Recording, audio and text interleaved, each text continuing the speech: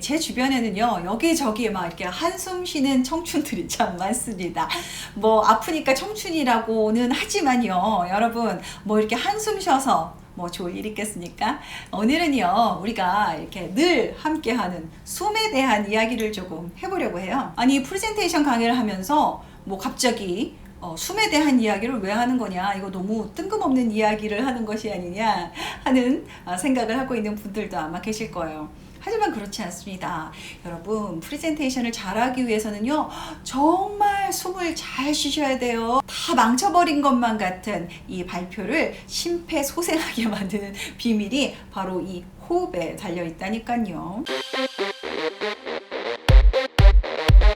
방송사에서요, 이 새로운 아나운서가 들어오면 발성, 발음, 뭐 여러 가지 훈련을 시키지만 가장 먼저 중요하게 시키는 것이 바로 이 호흡 훈련입니다. 이 숨을 제대로 쉬어야 제대로 된 소리를 낼 수 있거든요. 그리고 이 한 번 호흡을 해서 어느 정도 원고를 다다다닥 읽어가는 능력이 이 바로 긴 호흡에서 나옵니다. 그렇다면 우리는 어떤 호흡을 해야 할까요? 여러분 뭐 새로 익히실 필요가 없어요. 여러분들은 이미 다 이 호흡을 여지껏 해오고 계셨어요. 다만 기억이 나지 않을 뿐이죠. 우리가 아기였을 때, 막 이 세상에 태어났을 때는요, 정말 이 배로 이 깊은 호흡을, 복식 호흡을 누가 가르쳐 주지 않아도 할 수 있었단 말이죠. 갓난 아이들은 이렇게 제대로 된 호흡으로 우렁찬 프레젠테이션 하고 있는 거예요. 나 지금 배고프다. 기저귀 갈아달라. 예, 우렁차게 이야기를 합니다. 내성적인 갓난아기라고 조용히 이렇게 우는 아기는 한 번도 만나본 적이 없을 거예요. 그런데 우리가 자라나면서 이렇게 숨 쉬는 법을 잊어버렸다는 거죠. 저도 요즘 카이로프랙틱에 다니는데요, 가장 많이 듣는 이야기가 제발 숨 좀 쉬세요 하는 이야기입니다.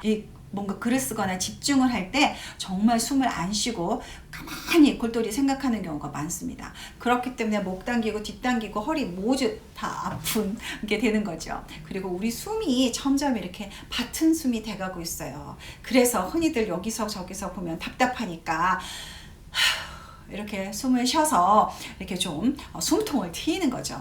그리고 여러분, 어처구니 없는 일을 당했을 때 기가 턱 막힌다라는 말을 하지 않습니까? 그래요. 이 기가 턱 막힌다는 게요, 우리가 제대로 숨을 쉬지 못하는 경우를 이야기하는 거예요. 여러분이 발표를 하려고 딱 나갔을 때 너무 초조하거나 힘들면 제대로 숨을 못 쉬게 됩니다. 그런데요, 우리 몸이 신기한 것이 이렇게 제대로 숨을 쉬어주지 않으면 우리 뇌에 혈액이 원활하게 공급되지 못해서 점점 더 호흡이 가빠지고, 호흡이 가빠지면 더 불안해지고 점점 더 실수를 하게 되는 이런 악순환이 반복이 되는 거예요. 자, 여러분 올림픽 중계를 보면요, 박태환 선수나 아니면 김연아 선수, 뭐 정말 중요한 파이널 그랑프리 앞에서 이렇게 눈을 감고 자신만의 깊은 호흡에 집중하는 모습 많이 보지 않았습니까? 이렇게요, 복식 호흡을 제대로 하는 것은요, 심리적인 안정뿐만이 아니라 여러분이 무엇을 하던 그 어떤 결과에도 좋은 영향을 미치는 아주 과학적인 행동이라는 거 기억하셨으면 해요. 뭐 시간이나 공간의 제약이 있는 것도 아니고요, 다른 어떤 사람의 도움이 필요한 일도 아닙니다. 그저 조용한 곳으로 가서 눈을 조용히 감고 여러분의 호흡에 깊이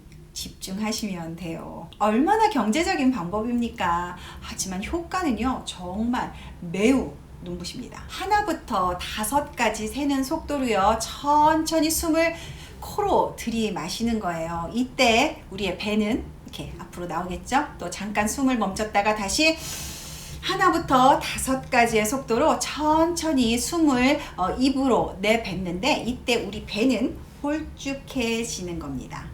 들이쉬고 내쉬고, 들이쉬고 내쉬고.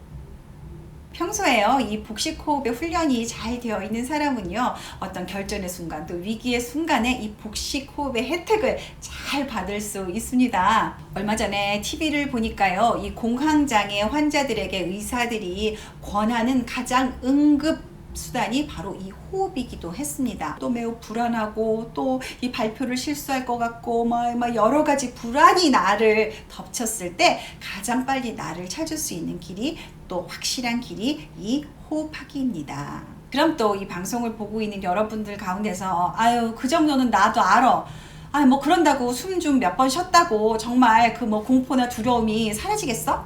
또 요렇게 얘기하시는 분들 분명히 계시죠? 그런데요, 이것은요, 뭐 이런 숨쉬기를 아느냐 모르느냐의 문제가 아닙니다. 이런 숨쉬기를 하느냐 안 하느냐의 문제입니다. 그리고 그 선택은 바로 이 시간 여러분에게 달려 있는 거죠. 무대 공포증이나 아니면 때로는 알 수 없게 엄습하는 공포나 두려움에 아주 매몰당할 것이냐, 아니면 이 순간 제 말을 믿고 복식 호흡을 통해서 여러분의 마음의 평정을 찾을 수 있느냐 하는 것은 바로 여러분의 선택에 달려 있습니다. 사실 이 숨 쉬는 거는 누구나 할 수 있지만요, 이 복식 호흡이 얼마나 좋은지 그 효용을 알고 제대로 누리는 사람은 많지 않습니다. 여러분이 발표를 앞두고 마음이 떨릴 때, 아니면 마음이 화가 나거나 복잡한 경우에, 그 어떤 경우에 내가 사용할 수 있는 강력한 무기가 있다는 것을 여러분이 안다면 마음 든든하지 않겠습니까? 자, 오늘부터요, 이 복식호흡 뭐 따로 시간을 낼 것이 아니라 틈틈이